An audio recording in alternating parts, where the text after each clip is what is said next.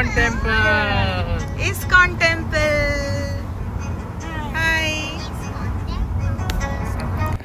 तर मंडळी, आज सासूबाईंची इच्छा होती की इस्कॉन टेम्पलला, जे की आम्ही हरे रामा हरे कृष्णा टेम्पल म्हणतो, तिकडे जायचं होतं त्यांना फिरायला.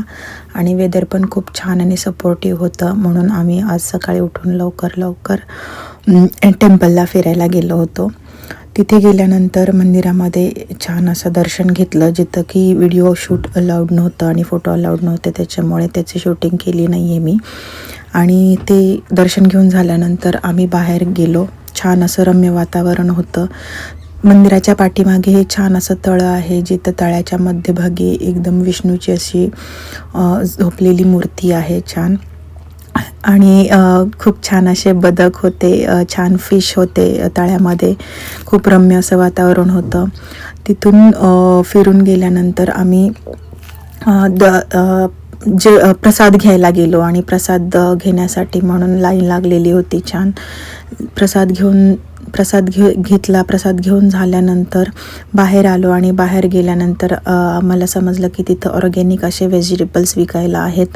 त्याच्यामुळे आम्ही ते ऑर्गॅनिक व्हेजिटेबल्स बघितले, ज्याच्यामध्ये कोबी होता, पालक आणि बीट, आणि सगळ्यात महत्त्वाचं म्हणजे UK कुठेही न भेटणारी अशी लाल माठाची भाजी पण तिथे विकायला होती, जी की आम्ही 2 जोड्या घेतल्या 6 पाऊंडच्या. आणि त्याच्यानंतर 2 कॅबेज पण घेतले. याला स्वीट हार्ट कॅबेज असं नाव आहे इकडे UK, ज्याचा शेप अगदीच वेगळा आहे.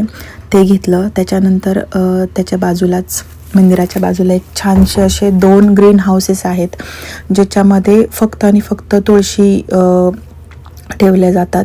कारण की UKचं वेदर खूप थंड असतं 8 महिने, त्याच्यामुळे त्यांना ग्रीन हाऊसमध्ये ठेवलं जातं. आणि ह्या तुळशी कृष्णासाठी फक्त वाहिल्या जातात, या विकायसाठी नाही आहेत. कृष्णाला याचा हार बनवून चढवला जातो, त्याच्यासाठी हे मेंटेन केलेत.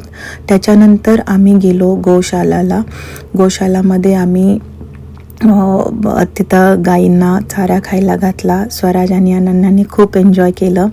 इवाने पण गाईंना खाऊ घातलं. आणि त्याच्यानंतर सासूबाईंनी, माझ्या मम्मींनी पण सगळ्यांनी गाईंना चारा खायला घातला.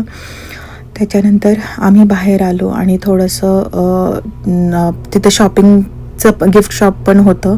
त्या गिफ्ट शॉपमध्ये थोडंसं फिरलो. आणि हे छोटंसं गिफ्ट शॉप आहे. 2 आहेत छोटे गिफ्ट शॉप तिथे, ज्याच्यामध्ये ऑर्गॅनिक हनी, ऑर्गॅनिक तूप भेटतं आणि गिफ्ट्स भेटतात.